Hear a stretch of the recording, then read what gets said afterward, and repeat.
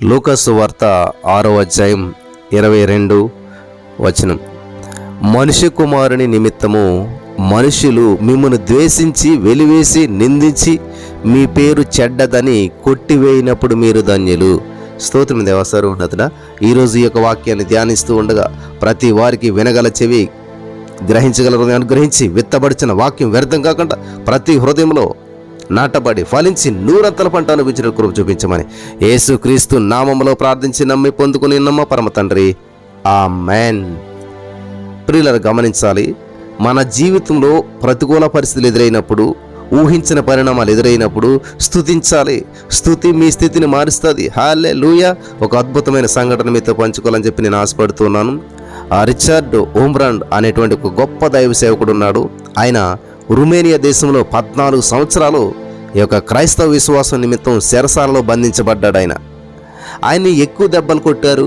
ఆ దెబ్బలకు ఆయన వీపంతా కూడా చీలిపోయిందనమాట.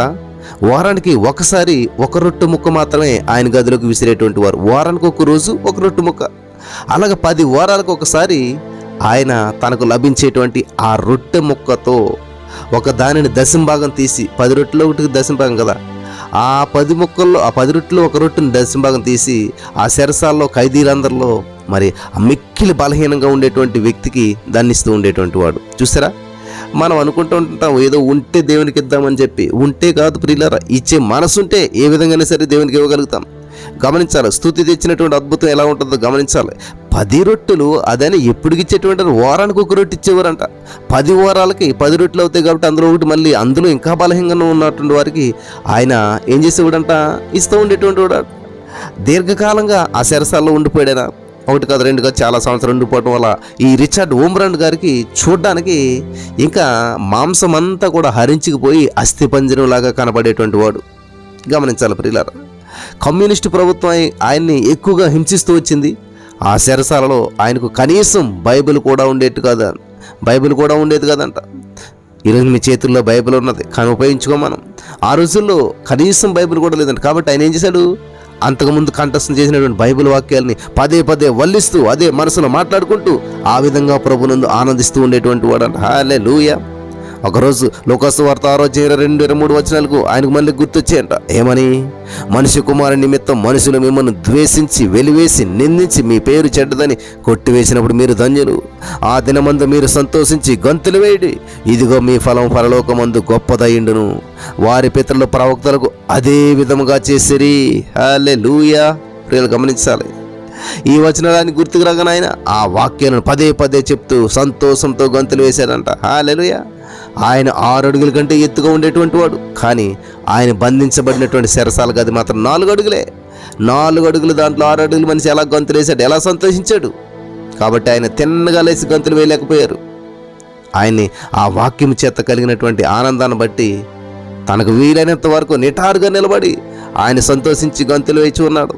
చెరసాల్లో ఉన్నటువంటి మరి ఆ గది నుంచి ఏదో కొత్త రకమైన శబ్దం వినబడుతుందని చెప్పి ఆ చెరసాలను కాపలు కాసేటువంటి వారంతా కూడా ఆ గది పై భాగం ఉన్నటువంటి ఆ చిన్న రంధ్రం ద్వారా లోపలికి ఏం జరుగుతుందని చెప్పి తొంగి చూసేవారంట.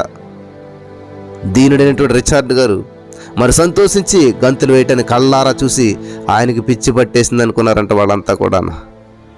హల్లెలూయా. పిచ్చి పట్టిందని చెప్పి ఇంకా ఆయన మీద జాలిపడి ఒక పెద్ద రొట్టెను ఆయన ఉన్న గదిలోకి విసిరేశారంట. హల్లెలూయా. చూసారా ప్రియులారా, ఎప్పుడు మామూలుగానైతే చిన్న చిన్న రొట్టేసేవారు, ఇప్పుడు వేసేవారు. కానీ ఎప్పుడైతే నీ స్తుతించి గొంతులు వేసి దేవుడు మహింపరుస్తుంటే ఓహో పిచ్చి పట్టింది అనుకున్నారు. నీ స్తుతి ఇంకొకరికి పిచ్చిగా కనిపించవచ్చు, నీ స్తుతి ఇంకొకరికి మరి అది ఎగతాళిగా కనిపించవచ్చు. కానీ అలాగని చెప్పి స్తుతించడం మానేసేయద్దు. కానీ నేను అలాగే స్తుతిస్తూనే ఉన్నాడు. వాళ్ళకి పిచ్చిగా కనిపించి ఏం చేశారంట, పెద్ద రొట్టేశారంట. హల్లెలూయా. దేవునికి స్తోత్రం కలుగును గాక. పెద్ద రొట్టేశారంట. అంత పెద్ద రొట్టె లభించిందని చెప్పి రిచర్డ్ గారు ఆశ్చర్యపోయారంట. ఆయన కళ్ళను ఆయన నమ్మలేకపోయాడు. ప్రభువా, ఆ దినమందు మీరు సంతోషించి గంతులు వేయడి, మీ ఫలం గొప్పదయ్యుండును అనేటువంటి మీ మాట చూసారా ఎంత స్పష్టంగా ఉంది అక్కడ. మీరు సంతోషించి గంతులు వేయడి, మీ ఫలం గొప్పదగును. చిన్న రొట్టె పెద్దదైంది. దేవునికి స్తోత్రం కలుగును గాక. హల్లెలూయా.